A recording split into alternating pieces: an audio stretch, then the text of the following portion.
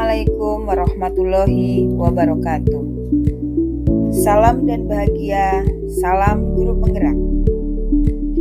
Perkenalkan, saya Ani Priyatiningsih, calon guru penggerak angkatan 7 dari SDN Pulau Gebang 25 Pagi, Jakarta Timur, dengan fasilitator Ibu Wiwik Nurfiana dan pengajar praktek Ibu Dalila.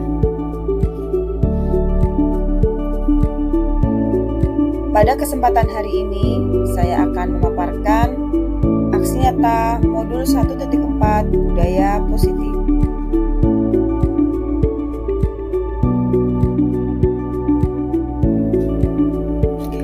Aksi nyata budaya positif ini meliputi dua kegiatan.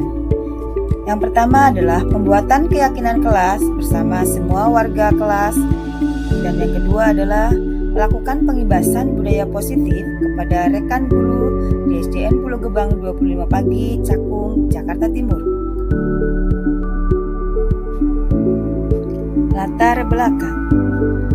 Masuknya budaya asing tanpa filter yang sering ditiru murid merupakan salah satu dampak negatif kemajuan teknologi yang semakin pesat. Hal tersebut berpengaruh negatif terhadap karakter murid. Menanamkan kembali nilai-nilai karakter melalui penerapan budaya positif di sekolah merupakan salah satu cara yang tepat untuk mengatasi permasalahan ini. Budaya positif adalah nilai-nilai, keyakinan-keyakinan, dan kebiasaan-kebiasaan di sekolah yang berpihak pada murid agar dapat berkembang menjadi pribadi yang kritis, penuh hormat, dan bertanggung jawab. Hal ini sesuai dengan tujuan pendidikan menurut Ki Hajar Dewantara, yaitu menuntun anak dengan segala kodrat yang ada agar mereka mencapai keselamatan, kebahagiaan, baik sebagai manusia maupun sebagai anggota masyarakat. Dalam menciptakan budaya positif di sekolah, dibutuhkan kolaborasi antara guru dengan kepala sekolah, rekan sejawat, orang tua, lingkungan masyarakat, dan tentunya dengan murid itu sendiri. Dengan diterapkannya budaya positif tersebut, diharapkan murid akan memiliki karakter yang kuat sesuai dengan nilai-nilai kebajikan yang tercermin dalam profil pelajar Pancasila. Tujuan aksi nyata. Yang pertama, terciptanya budaya disiplin positif pada murid melalui penerapan keyakinan kelas yang telah disepakati atas kesadaran dirinya dengan penuh tanggung jawab dan tanpa tekanan. Yang kedua, mewujudkan merdeka belajar pada peserta didik dengan memberikan kebebasan untuk mengemukakan pendapat mengenai keyakinan-keyakinan kelas apa saja yang mereka inginkan dan menuangkan ide, pendapat, dan gagasan mereka secara terbuka dan demokratis. Yang ketiga, menumbuh kembangkan nilai-nilai kebajikan sesuai dengan karakter profil pelajar Pancasila yang berasal dari motivasi intrinsik murid. Tolak ukur keberhasilan dari aksi nyata ini adalah yang pertama, terwujudnya keyakinan kelas dan budaya disiplin positif pada murid, menjalankan keyakinan kelas yang disepakati tanpa tekanan. Yang kedua, terciptanya merdeka belajar dan pembelajaran berpihak pada murid. Yang ketiga, terwujudnya pembiasaan-pembiasaan baik sehingga tercermin karakter profil pelajar Pancasila pada murid, yaitu beriman dan bertakwa kepada Tuhan Yang Maha Esa dan berakhlak mulia, berkebinekaan global, bergotong royong, mandiri, bernalar kritis, dan kreatif.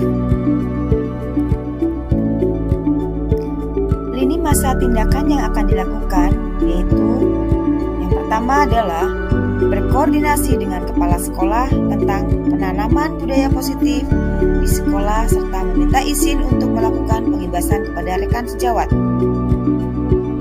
Selanjutnya yang kedua, mensosialisasikan dan membimbing murid untuk membuat keyakinan kelas bersama semua warga kelas. Yang ketiga, melakukan kegiatan pengibasan kepada rekan sejawat.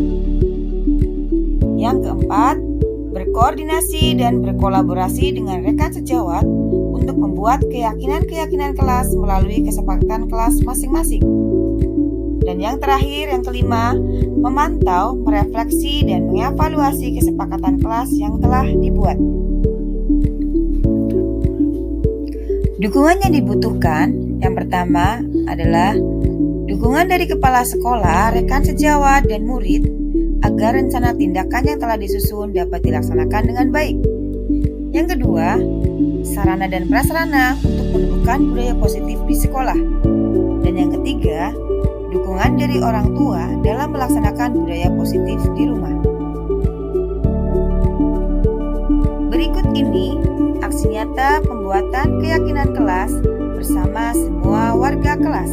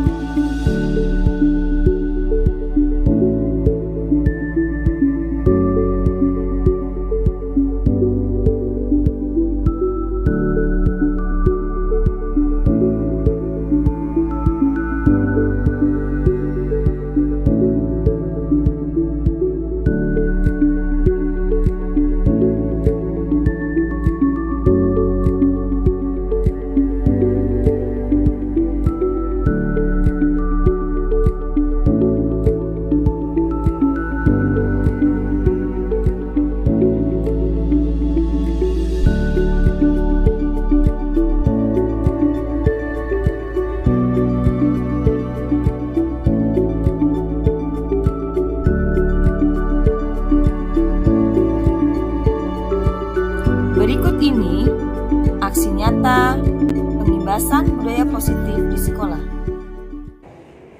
Bismillahirrahmanirrahim. Assalamualaikum warahmatullahi wabarakatuh. Waalaikumsalam warahmatullahi wabarakatuh.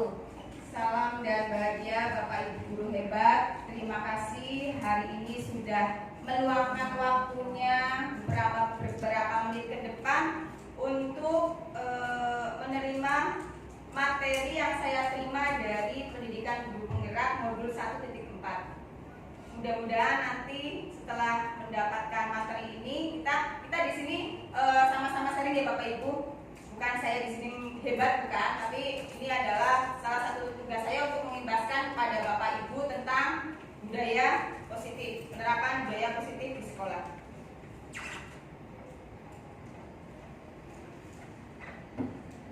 Ini adalah materi yang akan saya sampaikan, yaitu perubahan paradigma belajar, disiplin positif, kemudian motivasi perilaku manusia, kebutuhan dasar, posisi kontrol restitusi, keyakinan kelas, dan segitiga restitusi. Baik, sebelum saya masuk ke materi, izinkan saya bertanya kepada Bapak Ibu mengenai materi yang akan disampaikan. Menurut Bapak Ibu dengan pernyataan ini apakah setuju jika hukuman dapat mendisiplinkan anak? Setuju. Oke. Yang kedua, pemberian hukuman dengan hal positif seperti membaca atau membersihkan halaman sekolah dapat meningkatkan disiplin anak. Setuju Bapak Ibu? Oke. Yang ketiga, memberi penghargaan anak dapat meningkatkan motivasi belajar anak. Berarti semua setuju dengan tiga pernyataan tersebut ya Bapak Ibu. Baik, nanti kita simpan dulu apakah sudah sesuai dengan pemikiran filosofi KHD. Ya. Mengingatkan kembali bahwa menurut KHD Ki Hajar Dewantara, pendidikan itu adalah tujuannya untuk menuntun segala kodrat yang ada pada anak-anak agar mereka dapat mencapai keselamatan dan kebahagiaan yang setinggi-tingginya, baik sebagai manusia maupun sebagai anggota masyarakat. Perlu digarisbawahi di sini ada kata-kata menuntun. Jadi bukan menuntun ya Bapak Ibu, bukan menuntut. Bukan menuntut ya. Menuntun. Jadi menuntun. Apa yang dituntun? Segala kodrat yang ada pada anak-anak. Jadi anak itu bukan tabula rasa, bukan kertas kosong. Jadi mereka lahir bukan kertas kosong. Mereka itu ibarat kata kertas yang udah ada tulisannya tapi masih samar-samar. Tugas kita adalah menebalkan garis yang samar-samar itu yang sisi positif Itu adalah tugas kita sebagai seorang pendidik. Pendidik itu menurut Ki Hajar Dewantara itu diibaratkan sebagai petani atau tukang kebun. Sebagai petani atau tukang kebun. Jadi petaninya itu adalah pendidik itu sendiri atau guru, sedangkan tempat bercocok tanamnya itu adalah sekolahan, ya. Kemudian benihnya adalah siswa. Jadi ketika kita ingin menanam benih padi, yang tumbuh kira-kira apa Bapak Ibu? Benih padi, gak mungkin jagung, ya. Nah, disitulah tugas kita menuntun peserta didik kita sesuai dengan kodratnya, yang ada pada kodratnya. Jadi memperbaiki lakunya, tumbuh kekuatan kodrat anak-anak sampai mereka mencapai keselamatan dan kebahagiaan. Nah, sesuai dengan materi kita adalah budaya positif. Apa itu budaya positif Bapak Ibu? Menurut Bapak Ibu budaya positif apa itu? Budaya mendukung perkembangan anak sesuai kodratnya. Yang lain? Pembiasaan yang baik, ya, pembiasaan yang baik, ya. Jadi budaya positif adalah nilai-nilai kebiasaan di sekolah yang berpihak pada peserta didik agar mereka dapat berkembang menjadi pribadi yang kritis, penuh hormat dan bertanggung jawab. Alhamdulillah di SDN Pulau Gebang 25 pagi ini sudah beberapa budaya positif yang sudah dilaksanakan. Di antaranya adalah setiap Senin sampai Jumat kita melaksanakan tadarus. Kemudian sholat berjamaah. Setiap Senin kita melaksanakan upacara bendera. Itu adalah salah satu budaya positif yang sudah ada di SDN Pulau Gebang 25. Materi selanjutnya adalah perubahan paradigma belajar. Jadi untuk membangun budaya positif tentunya kita perlu menyediakan lingkungan yang positif juga, lingkungan yang aman dan nyaman agar murid-murid mampu berpikir, bertindak dan mencipta dengan merdeka, mandiri dan bertanggung jawab. Pada umumnya budaya positif ini dikaitkan dengan disiplin. Disiplin itu dikaitkan dengan kontrol. Kontrol apa? Kontrol guru menghadapi murid. Baik, sekarang saya minta kepada Bapak Ibu guru untuk membayangkan Bapak Ibu itu punya sesuatu yang sangat berarti, yang sangat penting. Kemudian Ibu pegang erat-erat, Bapak Ibu pegang erat-erat di tangan. Bayangkan itu apa, terserah Bapak Ibu yang menurut Bapak Ibu itu sangat penting. Nah, ketika ada seseorang ingin membukanya, misalnya dibujuk, Butika, awas loh kalau nggak dibuka misalnya, atau mungkin dibujuk dengan uang, Pak Budi saya kasih uang 100 juta. Nah, apakah mau membukanya? Tidak. Kenapa? Kan ini sangat penting. Oh, sangat penting. Sangat pentingnya apa, Bu Tari? Untuk kepentingan kita pribadi nggak boleh orang tahu. Oh gitu. Baik. Jadi kesimpulannya bahwa yang bisa mengontrol kita itu adalah diri kita sendiri. Jadi kita gak bisa mengontrol orang lain, hanya diri kita yang bisa mengontrol diri kita sendiri. Jadi yang berhak membuka atau menutup kepala tangan kita itu adalah bergantung diri kita masing-masing. Kalau mungkin tadi misalnya Pak Budi mungkin butuh karena ada kebutuhan dasar yang mendesak, walaupun ini berharga, pasti akan dilepaskan sama Pak Budi karena diiming-iming uang tadi misalkan. Jadi tergantung dari kebutuhan dasar manusia. Menurut Dr. William Glasser ada perubahan paradigma tentang teori kontrol. Jadi banyak yang miskonsepsi tentang makna kontrol. Di sini adalah yang pertama, ilusi guru mengontrol murid. Apa itu ilusi Bapak Ibu? Ilusi itu adalah sesuatu yang diharapkan tapi tidak terjadi. Jadi ilusi guru mengontrol murid. Sebenarnya kita tidak bisa mengontrol murid karena murid itu bisa mengontrol dirinya sendiri. Bahwa kita tidak bisa mengontrol orang lain pun tidak bisa mengontrol diri kita. Sama halnya dengan murid, kita tidak bisa mengontrol murid. Yang bisa mengontrol murid adalah diri mereka sendiri, tergantung dari perilaku dan kebiasaan mereka sesuai dengan kebutuhan dasarnya. Yang kedua adalah ilusi bahwa kritik dan membuat orang merasa bersalah dapat menguatkan karakter. Saya sendiri sering mengkritik anak-anak, tetapi ternyata itu adalah tidak sesuai. Karena dengan mengkritik anak-anak dengan harapan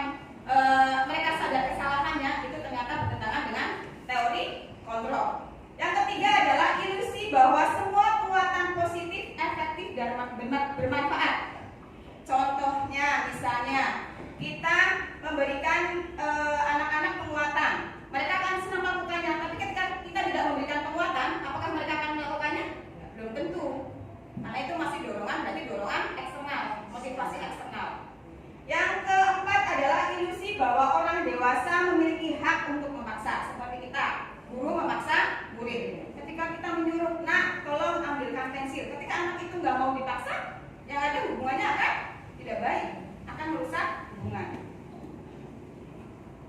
Nah, ini adalah paradigma stimulus respon itu yang sering kita lakukan.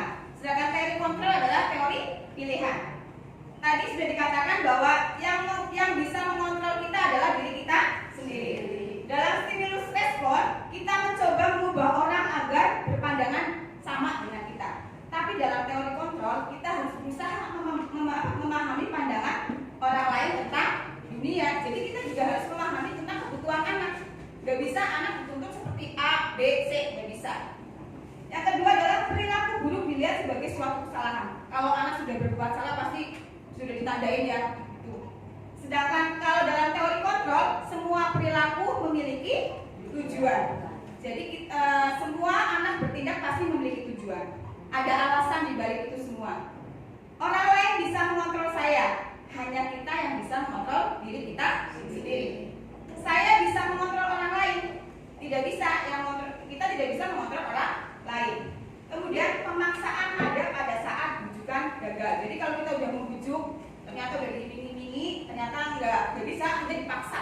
Nah, itu adalah teori stimulus respon. Teori kontrolnya adalah kolaborasi dan konsensus menciptakan pilihan-pilihan baru. Jadi ada kolaborasi, ada komunikasi dengan siswa, ada kesepakatan yang menciptakan pilihan-pilihan baru. Jadi di sini nanti ada model berpikir menang-menang, sama-sama menemukan solusi, anak senang, guru juga senang, bukan berpikir menang kalah. Nah, apa itu disiplin Bapak Ibu? Disiplin. Kira-kira disiplin apa menurut Bapak Ibu? Aturan ya. Aturan. Aturan yang positif. Baik. Jadi disiplin menurut Ibu Peti tadi aturan yang positif. Oke, kita lihat. Nah, disiplin itu berasal dari bahasa Latin yang artinya belajar. Jadi lebih berkonotasi ke disiplin diri dari murid-murid. Disiplin diri ini membuat orang menggali potensinya menuju sebuah tujuan dengan apa yang dia hargai. Namun seperti yang tadi Bu Peti sampaikan bahwa disiplin itu ternyata lebih mengarah aturan ya Bu Peti ya. Ya. Segala sesuatu yang dilakukan seseorang pada orang lain untuk mendapatkan kepatuhan itu adalah yang tidak tepat. Ya. Karena kecenderungannya itu tadi disiplin itu hubungannya dengan ketidaknyamanan, bukan dengan apa yang kita hargai atau pencapaian suatu tujuan mulia. Nah, Ki Hajar Dewantara menyatakan bahwa untuk mencapai kemerdekaan atau dalam konteks pendidikan kita saat ini, untuk menciptakan murid yang merdeka, syarat utamanya adalah harus ada disiplin yang kuat pada diri siswa. Disiplin diri yang dimaksud ini adalah disiplin diri yang termotivasi dari internal, bukan dari eksternal, bukan dari luar. Jadi motivasi intrinsik, bukan ekstrinsik ya. Jika kita tidak memiliki motivasi internal, maka kita memerlukan pihak lain untuk mendisiplinkan kita atau motivasi eksternal, berasal dari luar, bukan dari dalam diri kita sendiri. Nah, seperti yang tadi dalam teori kontrol bahwa kita tidak bisa mengontrol orang lain, demikian juga orang lain tidak bisa mengontrol diri kita. Nah, makna disiplin ini hubungannya dengan kontrol diri sendiri, yaitu kemampuan memerintah diri sendiri dalam mengontrol dan menguasai diri untuk memilih tindakan yang mengacu pada nilai-nilai yang kita hargai dengan penuh tanggung jawab tanpa terperintah oleh orang lain. Jadi memerintah diri sendiri dengan tanggung jawab tanpa terperintah oleh orang lain. Nah, maksud dari nilai-nilai tadi adalah nilai-nilai yang sudah diterapkan dalam kurikulum Merdeka, yaitu nilai-nilai apa? Nilai-nilai kebajikan profil pelajar Pancasila. Apa saja Bapak Ibu? Beriman, bertakwa kepada Tuhan Yang Maha Esa dan berakhlak mulia, berkebinekaan global, bergotong royong, kreatif, mandiri, dan percaya kritis. Ini adalah materi selanjutnya itu tentang motivasi, hukuman, dan penghargaan serta restitusi. Ya. Tadi dalam teori kontrol disebutkan bahwa semua perilaku memiliki tujuan. Menurut Dian Gosen bahwa teori motivasi perilaku manusia itu dibagi menjadi 3. Yang pertama adalah untuk menghindari ketidaknyamanan atau hukuman. Biasanya dia akan bertanya pada diri sendiri, apa yang terjadi ketika saya tidak melakukannya? Kemudian yang kedua adalah untuk mendapatkan imbalan dari orang lain atau instansi. Biasanya mereka akan bertanya, apa yang akan saya dapatkan apabila saya melakukannya? Yang ketiga, untuk menghargai diri sendiri. Mereka akan bertanya, saya akan menjadi seperti apa, orang seperti apa apabila saya melakukannya. Teori yang pertama adalah teori yang tingkatan paling rendah. Teori 1 dan 2 itu masih motivasi eksternal atau motivasi dari luar. Sebagai contoh, misalnya Pak Budi datang pagi-pagi ke sekolah. Kira-kira motivasinya itu apakah ingin mendapatkan imbalan dari institusi atau apakah ingin mendapatkan penghargaan dari kepala sekolah atau memang ingin menghargai diri sendiri? Ya. Yang pasti tujuan kita untuk disiplin positif adalah motivasi yang ketiga yang berasal dari diri sendiri. Saya misalkan datang lebih pagi, kenapa? Misalkan karena ingin menghargai diri sendiri. Dengan datang lebih tepat, istilahnya kita berarti memberikan teladan kepada Diri sendiri. pada anak didik kita, ya. Karena istilah kata guru itu digugul dan ditiru, kurang lebihnya seperti itu. Ini adalah pengertian motivasi, hukuman, konsekuensi, dan restitusi. Motivasi tadi adalah yang berasal dari diri sendiri. Dia dengan tujuan menghargai diri sendiri sebagai tujuan disiplin positif. Sedangkan hukuman itu bersifat satu arah dan dilakukan tanpa suatu kesepakatan atau pengarahan dari guru atau sekolah. Misalkan ada anak terlambat, kamu terlambat, coba kamu lari lapangan 3 kali. Itu adalah tidak ada kesepakatan. Jadi anak tidak diberi kesempatan. Alasannya kenapa? Tiba-tiba terlambat langsung disuruh lari lapangan 3 kali. Itu adalah hukuman. Kemudian konsekuensi biasanya bersifat 2 arah atau terencana, sudah disepakati. Biasanya ini adalah acuannya frekuensi. Misalkan anak tidak mengerjakan PR 3 kali. Nah, biasanya disuruh mengerjakan di luar kelas atau mungkin pada saat jam istirahat. Itu adalah konsekuensi. Yang terakhir adalah tujuan dari disiplin positif, restitusi. Proses menciptakan kondisi bagi murid untuk memperbaiki kesalahan mereka sehingga mereka bisa kembali pada kelompok mereka dengan karakter yang lebih kuat. Ini nanti akan dibahas lagi di materi paling terakhir. Nah, ini adalah hukuman atau konsekuensi. Coba Bapak Ibu, di situ ada tindakan guru mencatat 100 kali dalam buku kalimat saya tidak akan terlambat tadi karena terlambat ke sekolah. Kira-kira hukuman atau konsekuensi? Hukuman. Lari mengelilingi lapangan basket 2 kali karena terlambat hadir di sekolah. Hukuman. Murid diminta push up 15 kali karena tidak menggunakan masker ke sekolah. Hukuman. Menggantikan kertas tugas teman yang telah dicoret-coret. Konsekuensi. Membersihkan tumpahan air di meja tulis karena tersenggol pada saat belajar.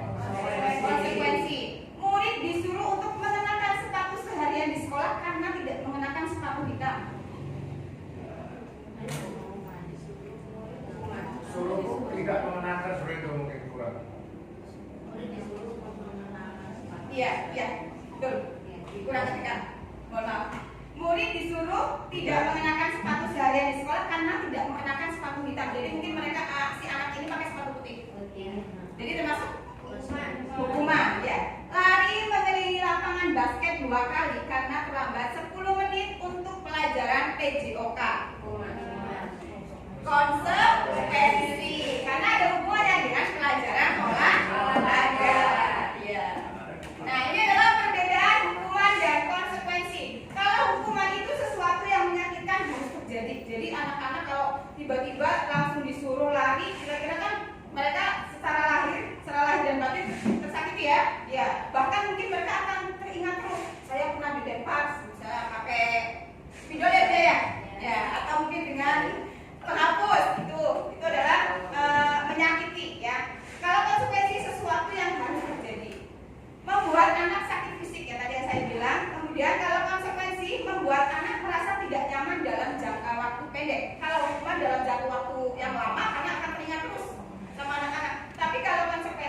hanya dalam jangka waktu pendek. Anak akan membenci kedisiplinan, itu adalah hukuman. Jadi karena sering dihukum, jadi mereka benci dengan kedisiplinan. Kemudian konsekuensi, anak akan menghargai disiplin. Hukuman itu paksaan, kalau konsekuensi adalah stimulus, tanggapan atau respon. Mendorong anak menyakiti diri sendiri itu adalah hukuman. Kalau konsekuensi, mendorong anak agar mudah menyesuaikan diri.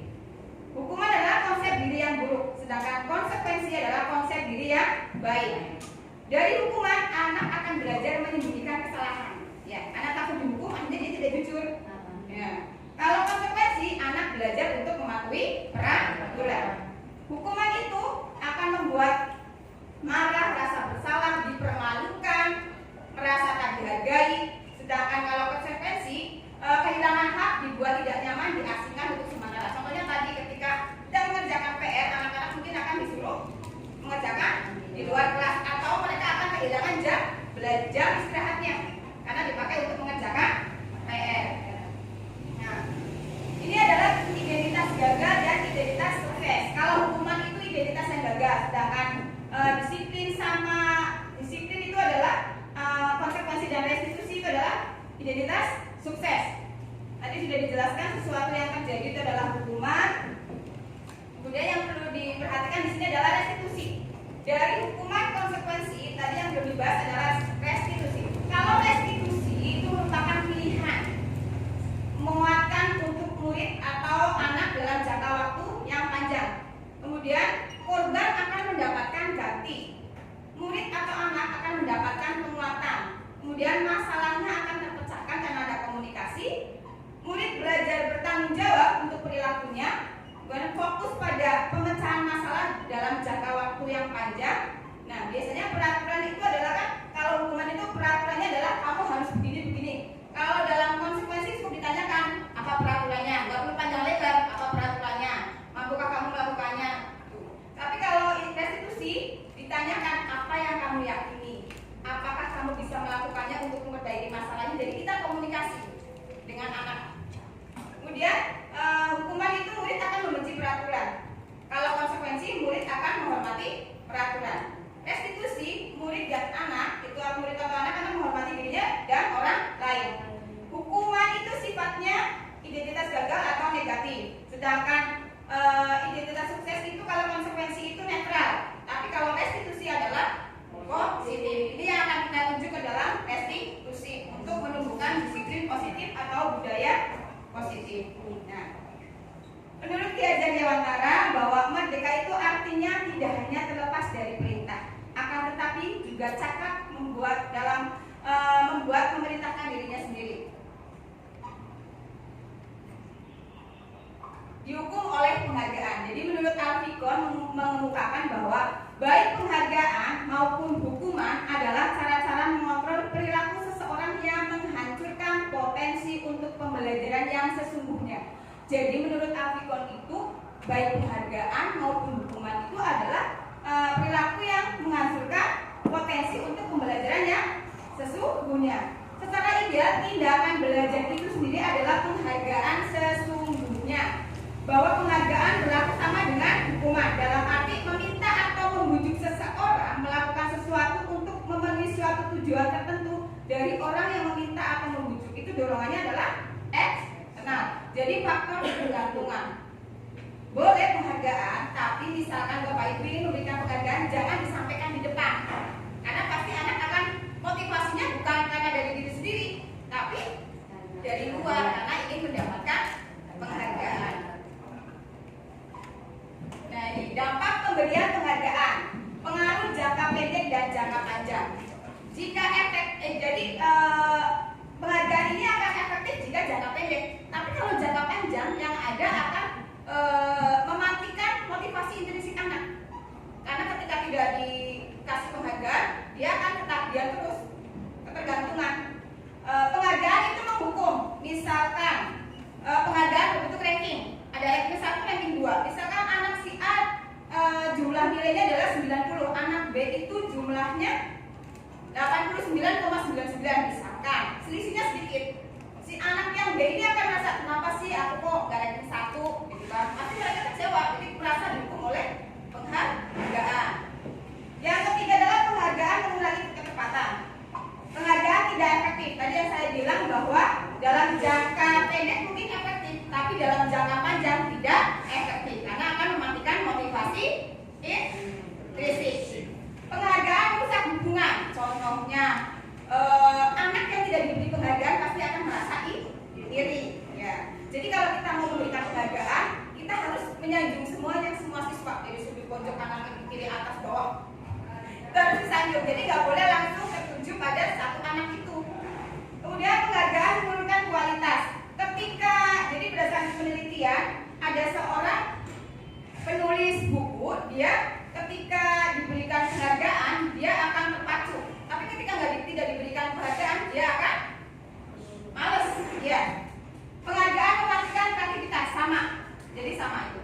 Penghargaan mengurangi motivasi intrinsik. Tadi yang saya bilang bahwa jadi penghargaan itu akan mematikan motivasi intrinsik. Kebutuhan dasar manusia, bahwa setiap perilaku itu ada tujuannya. Tujuannya untuk apa? Untuk memenuhi kebutuhan dasar manusia. Ini adalah kebutuhan dasar manusia. Kita berusaha memahami pandangan orang lain tentang dunia. Setiap orang memiliki gambaran berbeda. Ini adalah 5 kebutuhan dasar manusia. Yang pertama adalah bertahan hidup. Yang kedua adalah kasih sayang dan rasa diterima. Yang ketiga adalah penguasaan untuk diakui. Kemudian adalah kebebasan dan kesenangan. Nah, misalkan saya punya kasus, ibu Ani adalah guru kelas 6 di SDN Pulau Gebang 25 tadi. Dia sedang bingung, ada salah satu siswa itu yang berulah. Jadi beberapa anak itu sudah mengadu ke saya bahwa Fahri itu sering memaksa mengambil bekal temannya. Nah, kira-kira situasi seperti ini apa yang harus saya lakukan? Kira-kira apa alasan Fahri? Apa yang harus saya lakukan pertama? Ya, menanyakan ke Fahrinya. Jadi, dalam konteks penerapan disiplin positif, sebaiknya saya menanyakan dulu ke Fahri, alasannya apa, kenapa dia bertindak seperti itu, kenapa dia suka mengambil bekal temannya. Jika jawaban Fahri karena lapar, berarti adalah kebutuhan dia adalah untuk bertahan hidup. Tapi jika jawaban dia itu karena senang melihat temannya itu menjadi perhatian sama dia, itu berarti kebutuhan cinta dan kasih sayang. Jadi kebutuhan untuk diterima, jadi caper gitu ya. Nah, kemudian mungkin karena dia merasa hebat karena temannya jadi takut atau menuruti keinginannya, berarti adalah penguasaan. Jadi kayak apa sih kelas yang paling ditakuti gitu. Nah, kalau dia merasa bosan dengan bekal yang dibawakan ibunya karena selalu itu saja, gak ada yang lain, itu adalah kebebasan. Jadi dia ingin merasakan yang lain gitu. Nah, yang terakhir, jika dia hanya iseng karena menikmati ekspresi wajah temannya yang kesal gitu diambil makanannya, berarti itu adalah kesenangan. Nah, ini adalah 5 posisi kontrol guru. Di sini ada posisi penghukum, kemudian pemantau, membuat rasa bersalah, manajer, dan teman. Kira-kira dari 5 posisi ini, Bapak Ibu sudah melaksanakan yang mana? Apakah semuanya?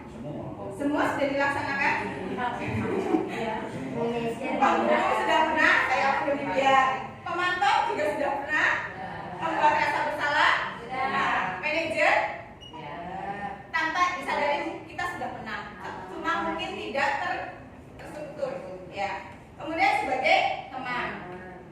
Nah, sekarang Bapak Ibu simak tentang 5 posisi kontrol guru supaya lebih paham. Salam bahagia Ibu dan Bapak guru hebat.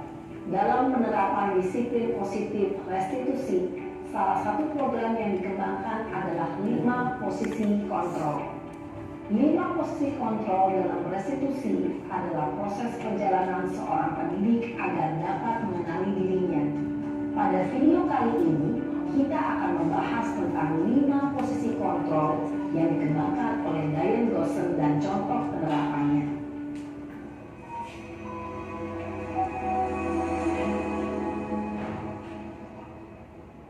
Lima posisi kontrol itu adalah: 1. Posisi penghukum.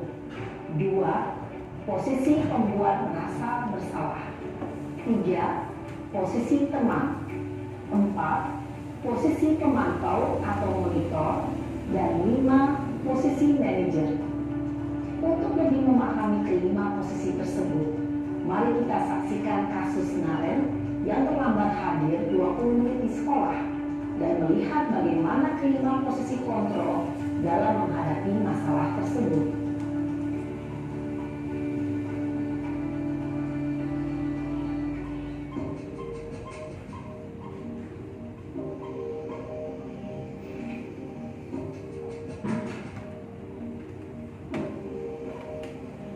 Naren! Sini kamu! Selamat pagi, Bu. Selalu terlambat. Kamu deh, pasti terlambat. Maaf, Bu. Saya Apa? Apa coba? Alasan kamu apa lagi? eh, Kapan sih kamu tidak terlambat? Malas sekali ya kamu jadi anak. saya Dasar pemalas. Gak kapok-kapok sih kamu. Sudah berapa kali terlambat? Sana, kamu keliling lapangan basket 2 kali. kenapa saya harus keliling lapangan basket, Bu? Kenapa? Kamu melawan ibu. Berani-beraninya jawab. Sudah terlambat, masih berani jawab pula. Sekarang, keliling lapangan basket 5 kali sekalian. Biar kapok. Cepat. Pergi sana ke lapangan basket. Posisi penghukum biasanya berbicara dengan nada tinggi, menghardik, menunjuk-nunjuk, menyakiti, dan menyindir. Hukuman bisa berupa fisik maupun psikis. Ibu dan bapak guru hebat. Dampak yang terjadi pada murid ketika guru berada pada posisi penghukum adalah murid cenderung akan memberontak, bahkan menyimpan dendam.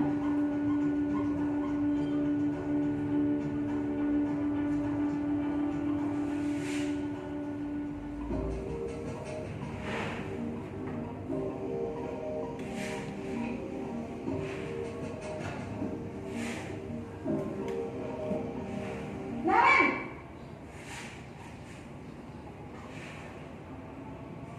Selamat pagi, Bu. Naren. Kamu kenapa terlambat lagi, nak? Ya Tuhan, Naren. Kamu senang ya bikin ibu susah ya? Kalau kamu terlambat lagi, nanti ibu yang ditegur bapak kepala sekolah, nak. Disangka ibu tidak bisa membina kamu. Duh, gimana ini? Maaf, Bu. Duh, Gusti Naren. Kamu suka ya kalau ibu tegur bapak kepala sekolah? Terus, sekarang ibu harus tulis apa yang di buku absen? Ini kamu sudah sering terlambat loh. Ibu harus apa coba? Maaf, Bu. Maaf sekali. Ya sudah, lain kali jangan bikin ibu susah lagi ya nak ya. Ibu tidak akan kuat lagi kalau kamu begini terus. Bisa jantungan kalau ibu tegur bapak kepala sekolah. Sana cepat ke kelas. Maaf ya, Bu. Maaf sekali. Posisi pembuat rasa bersalah berbicara dengan nada tenang, cenderung lembut. Namun kata-kata yang diutarakan membuat murid merasa menjadi orang yang gagal, memandang buruk dirinya sendiri, merasa tidak berharga, dan tidak sanggup membahagiakan orang lain. Ketika guru mengambil posisi pembuat rasa bersalah, murid akan menganggap dirinya yang bersalah dan ia akan menyimpan emosi negatif tersebut di dalam dirinya.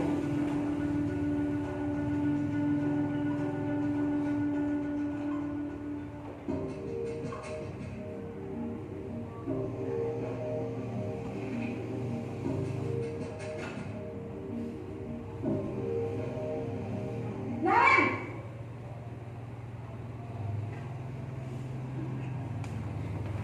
pagi Bu.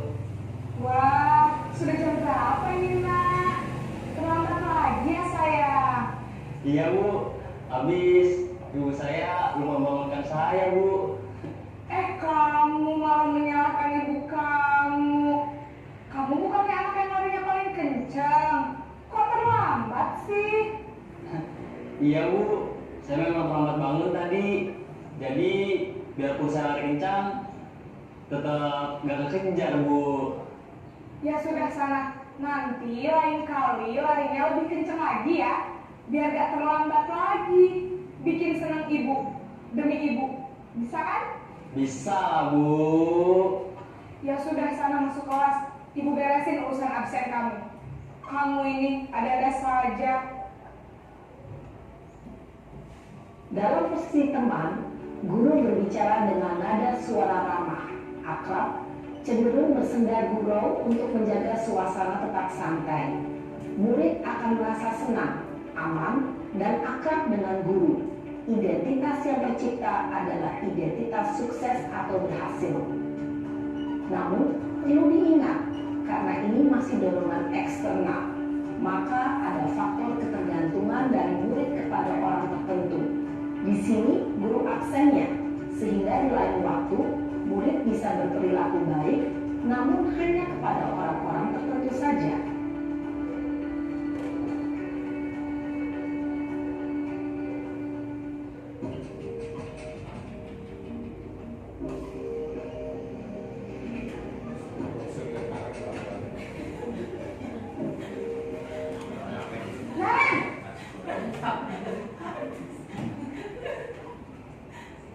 Selamat pagi Bu. Naren, apa peraturan sekolah kita tentang jam berapa kita harus masuk sekolah, nak? Kita harus di sekolah jam 7 Bu. Iya betul, sekarang sudah jam 7.20. Naren sudah tahu konsekuensinya jika terlambat hadir. Paham Bu, saya harus tinggal kelas pas jam istirahat selama 20 menit.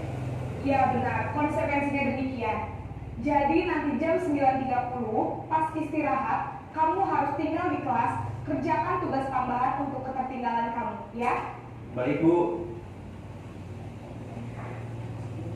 Posisi pemantau mengandalkan penghitungan atau data untuk mengontrol murid. Guru mengarahkan murid berdasarkan peraturan dan konsekuensi. Seorang pemantau menunjukkan bahasa tubuh dan ekspresi wajah yang datar dan cenderung formal.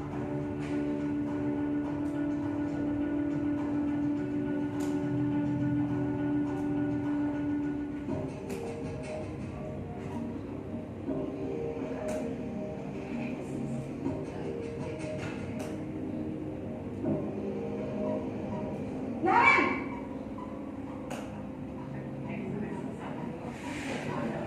Selamat pagi Bu. Selamat pagi, Naren. Maaf Bu, saya terlambat. Iya, sekolah masuknya jam 7, sekarang sudah jam 7.20. Jadi sekarang bagaimana ini, Naren? Maaf Bu, saya lupa setel alarm saya semalam. Baiklah, menurut kamu, keyakinan sekolah yang mana yang perlu kamu tingkatkan? Menghargai diri sendiri dan orang lain mungkin ya Bu. Setuju. Jadi, apakah Naren meyakini prinsip saling menghormati tersebut? Iya Bu, saya meyakininya. Apakah Naren bersedia memperbaiki masalah keterlambatan ini? Bersedia Bu. Bagaimana kamu akan memperbaiki masalah keterlambatan ini? Saya akan coba untuk tidak lupa menyetel alarm saya Bu. Baik, kalau Naren lupa menyetel alarm di rumah, ada orang yang kira-kira bisa bantu mengingatkan tidak? Ada Bu, kakak saya, Kak Emma. Ada lagi selain Kak Emma? Selain Kak Emma, ada ibu saya. Baik, jadi yang mengingatkan Naren adalah Kak Emma dan ibu kamu ya? Kira-kira akan mulai setel alarm kapan nih, Naren? Setelah pulang sekolah, akan segera saya lakukan. Baik, jadi Naren akan setel alarm untuk bangun besok pagi dan akan diingatkan oleh kakak dan ibunda Naren ya. Ada lagi yang mungkin perlu dilakukan, Naren, agar tidak terlambat bangun lagi? Tidak ada, Bu. Baik, Maren. Terima kasih untuk kerjasama kamu. Sekarang kamu pulang kembali ke kelas untuk belajar. Baik, Bu. Terima kasih. Posisi manajer adalah posisi kontrol yang disarankan untuk membimbing murid memiliki sikap disiplin yang positif, yaitu murid yang mandiri, bertanggung jawab, dan dapat memecahkan masalah. Tujuan dari posisi ini adalah agar murid dapat berefleksi atas tindakannya. Guru akan dengan tulus memberikan pertanyaan-pertanyaan bermakna, sehingga membuat murid dapat belajar dari kesalahannya dan mencari sebuah solusi untuk menyelesaikannya. Ibu dan Bapak guru hebat, setelah mengamati adegan kelima posisi kontrol tadi, kira-kira posisi mana yang paling ideal? Posisi mana yang dapat menunjang motivasi intrinsik murid? Ya, tentu posisi manajer. Posisi ini memang posisi ideal yang ingin dituju setiap pendidik. Pada posisi inilah, guru dapat menerapkan disiplin positif yang berpihak pada murid, yang memerdekakan murid. Perjalanan seorang pendidik tentunya tidak mudah untuk sampai pada posisi seorang manajer. Namun, tujuan kita pasti, yaitu menciptakan murid-murid yang mandiri, merdeka, dan bertanggung jawab. Semoga penggambaran 5 posisi kontrol yang telah diperlihatkan ini dapat menjadi ajang refleksi bagi kita semua agar Sudah melihat ya Bapak Ibu? Jadi kira-kira yang paling ideal tadi yang mana? Manajer. Ya, betul. Jadi itu adalah 5 posisi kontrol guru. Yang paling ideal adalah yang manajer. Mudah-mudahan buat refleksi kita masing-masing, setelah mempelajari materi ini kita bisa memperbaiki diri sebelum terlambat. Ini adalah 5 posisi kontrol guru. Tadi sudah dipraktekkan bahwa ketika penghukum, guru itu menghadik, menunjuk-nunjuk, menyakiti dan menyindir. Ya, itu adalah posisi penghukum. Kalau membuat orang merasa bersalah, dia akan mengatakan seharusnya ibu kecewa tadi kan, tadi contoh yang kemarin. Kemudian sebagai teman biasanya dia datang-datang udah senyum kayak nggak ada rasa takut ya. Ya, dia membuat alasan-alasan untuk muridnya. Kemudian sebagai teman tuh cukup menanyakan jam sekolah jam berapa masuknya. Jadi hanya memantau. Biasanya tadi adalah acuannya adalah tolak ukurnya adalah frekuensi. Yang terakhir adalah manajer. Jadi dia mengajukan pertanyaan-pertanyaan. Jadi siswa diberikan kesempatan untuk menjelaskan kenapa dia terlambat. Jadi tidak langsung di-cut. Ya, betul. Untuk penghukum, kalau kamu tidak melakukannya, awas ya, rasakan. Itu kayak mengancam ya. Sedangkan orang membuat rasa bersalah, kamu seharusnya kamu sudah tahu ibu lelah sekali. Kemudian bisa bilang ibu stres. Kadang-kadang dia pernah yang mengatakan seperti itu ya. Ya. Kemudian sebagai teman, ayolah lakukan demi ibu nak. Masa kamu tidak mau sih? Ingat ibu tidak pernah bantu, misalnya gitu. Kemudian pemantau itu adalah apa peraturannya. Jadi cukup menanyakan peraturannya. Biasanya sudah ada kesepakatan. Kemudian sebagai manajer bertanya apa yang kita yakini, apa yang bisa kau kerjakan untuk memperbaiki kesalahan yang sudah terjadi atau masalah ini. Sedangkan hasilnya kalau penghukum itu biasanya anak akan memberontak, menyalahkan orang lain, saling menyalahkan biasanya. Kemudian akan berbohong. Kalau membuat orang merasa bersalah, dia akan menyangkal, berbohong, menyembunyikan. Hampir sama ya, itu karena dua-duanya adalah antara penghukum dan membuat orang merasa bersalah itu adalah identitas gagal. Untuk yang teman, dia akan ketergantungan ketika tidak ada guru yang bantu dia menolong ketika ada masalah, dia jadi ketergantungan. Kemudian untuk pemantau, menyesuaikan diri bila diawasi. Misalnya anak-anak ketika ada kita mungkin akan diam, ya nurut. Tapi ketika sudah nggak ada, berisik lagi. Jadi ketika diawasi saja. Manajer ini adalah menguatkan pribadi. Kemudian kaitannya dengan dunia berkualitas. Apa itu dunia berkualitas? Jadi ruang dalam pikiran kita yang kita senangi.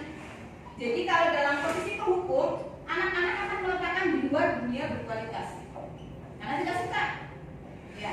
Sedangkan memantau atau membuat orang merasa bersalah itu murid meletakkan dulu di dalam dunia berkualitas.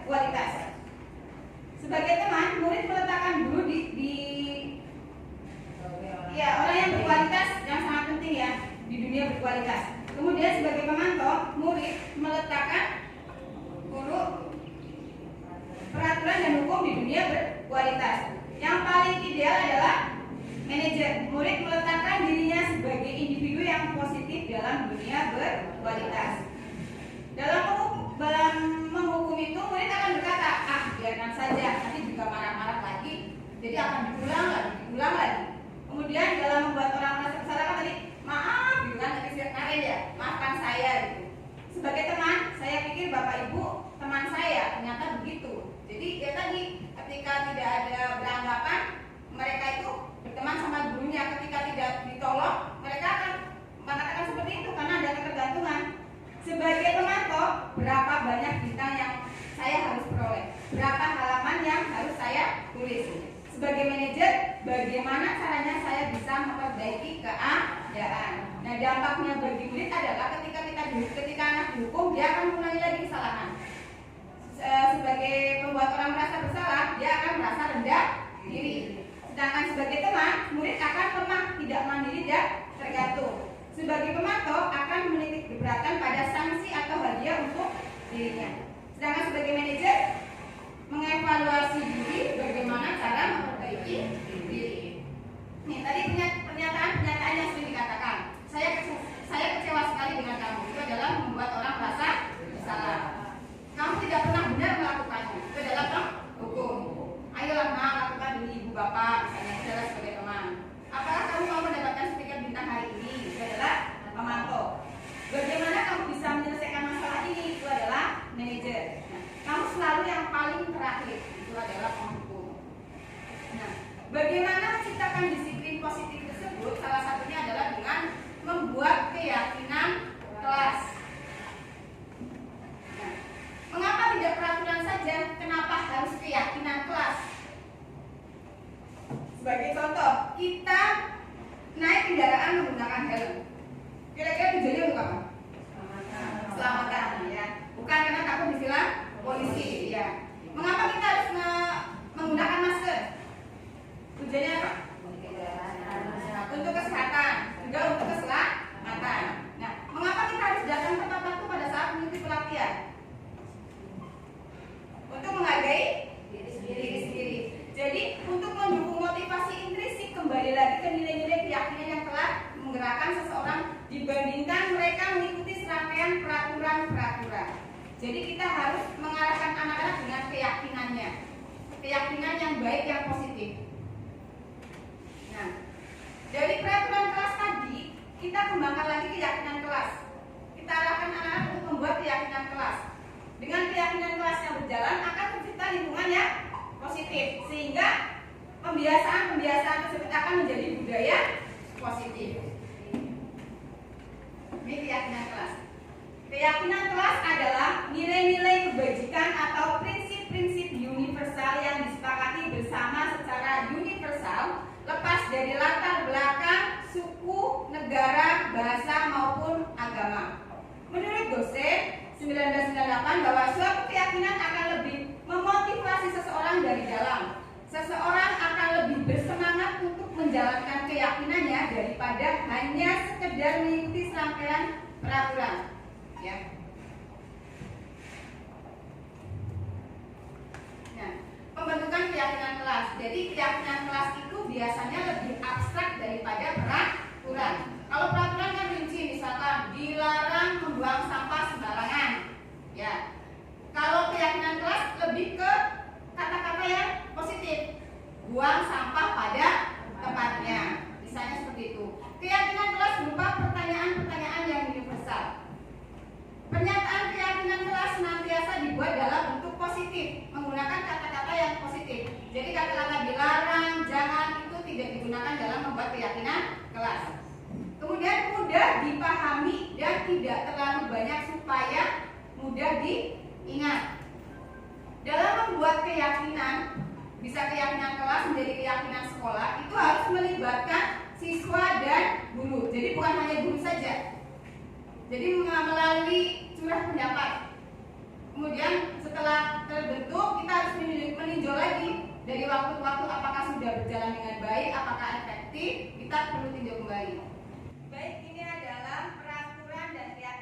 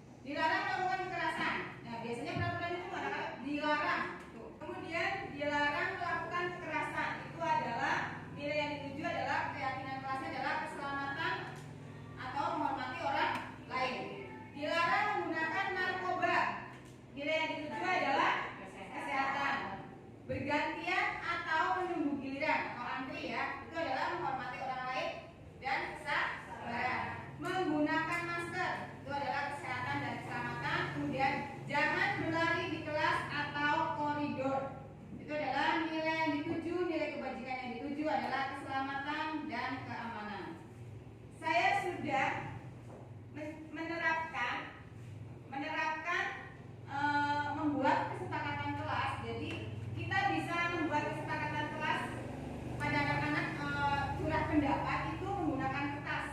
Saya menggunakan kertas, kemudian anak-anak banyak yang mengisi. Mereka isiannya ada yang tidak mengata-ngatai orang tua, ada menghargai guru saat menjelaskan, ada.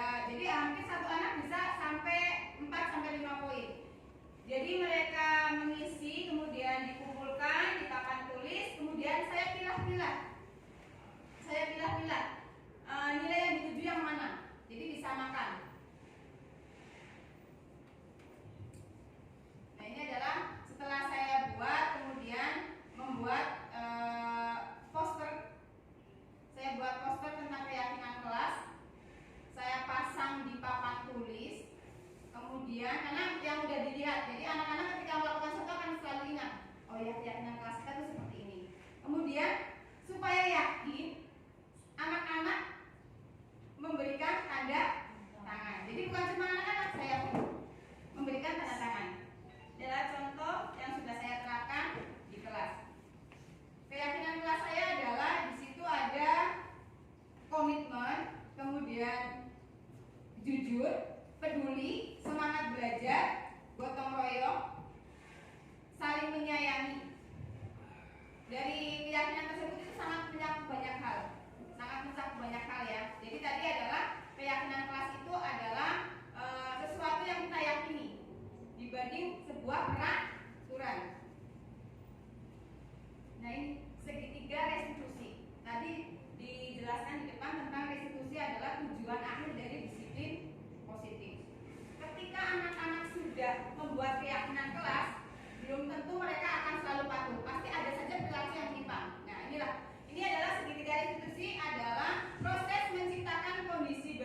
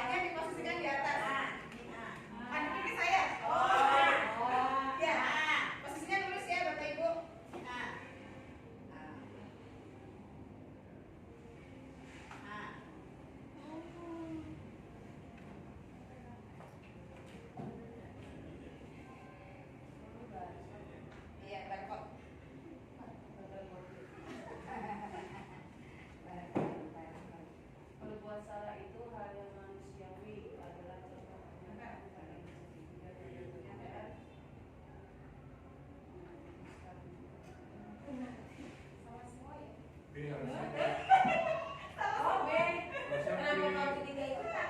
Padahal selanjutnya. Ya. Kamu malu ya? Oh, kita lihat soal di situ dulu.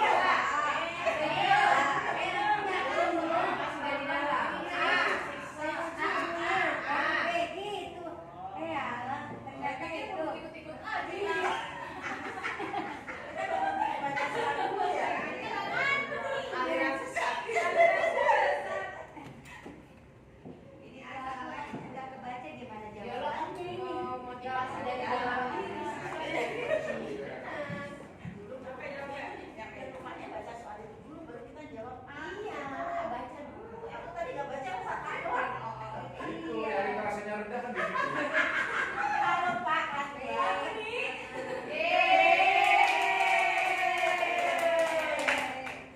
Dilihat di Bapak Ibu pemain keberapa? Kalau Pak Emma berarti ke-6, kalau Pak Emma berarti ke-5.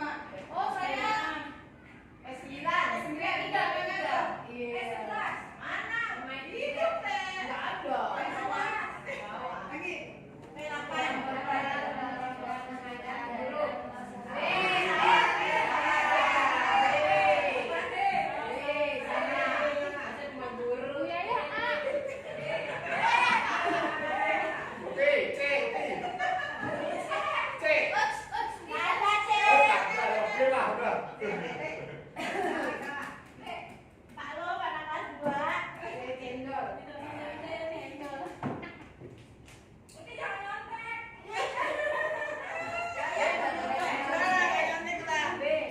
Pak Agus kan udah pulang tuh, nggak tahu dia apa yang terjadi di sekolah aja dia.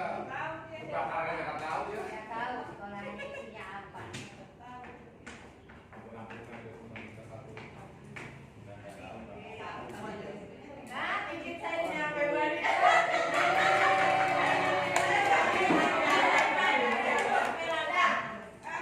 Jumlahnya nilainya sama semua 1.200. Nah, satu lagi. Satu lagi. Oh, satu lagi. Sudah kayak siap. Ya ampun. Udah. Dan C.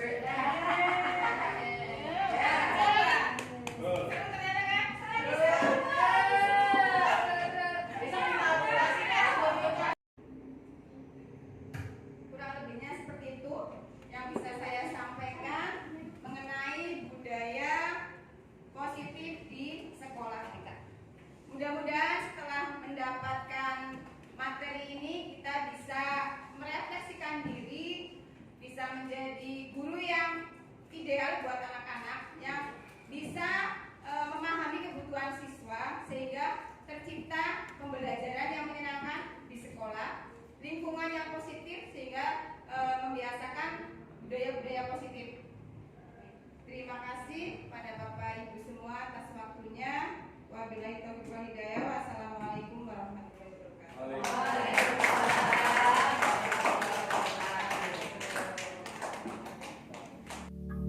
Berikut ini tanggapan dari rekan sejawat mengenai budaya positif.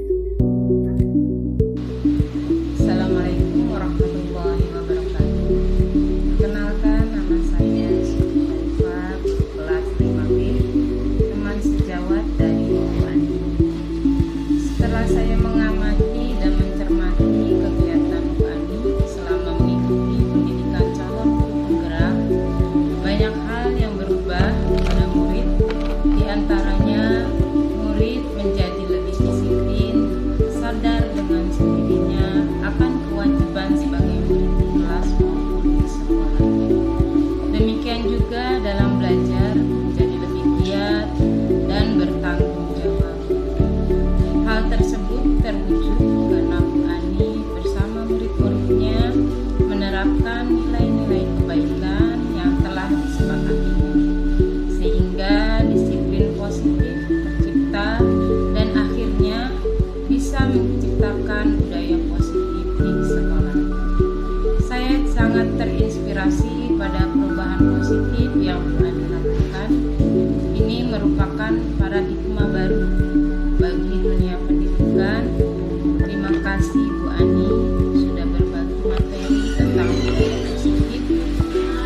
memberikan pencerahan dan menjadikan saya dan teman-teman di sini merefleksikan diri, mengevaluasi diri. Semoga kita semua dapat mewujudkan merdeka belajar, menuntun peserta didik sesuai kodratnya, sesuai dengan tujuan pendidikan untuk mencapai kebahagiaan dan keselamatan. Wassalamualaikum warahmatullahi wabarakatuh. Berikut ini tanggapan dari murid. Assalamualaikum warahmatullahi wabarakatuh. Perkenalkan, nama saya Melvin Dialibina. Saya dari SDN kelas 60 Gebang 25 pagi. Selama ini Bu Ani telah mengajarkan nilai-nilai kebajikan. Saya bersama teman-teman dan Bu Ani telah membuat kesepakatan kelas berdasarkan nilai-nilai kebajikan yang telah disepakati bersama. Saya merasa senang dengan kesepakatan kelas ini karena saya dan teman-teman bisa belajar aman, nyaman, tenang, dan bahagia. Terima kasih. Wassalamualaikum warahmatullahi wabarakatuh.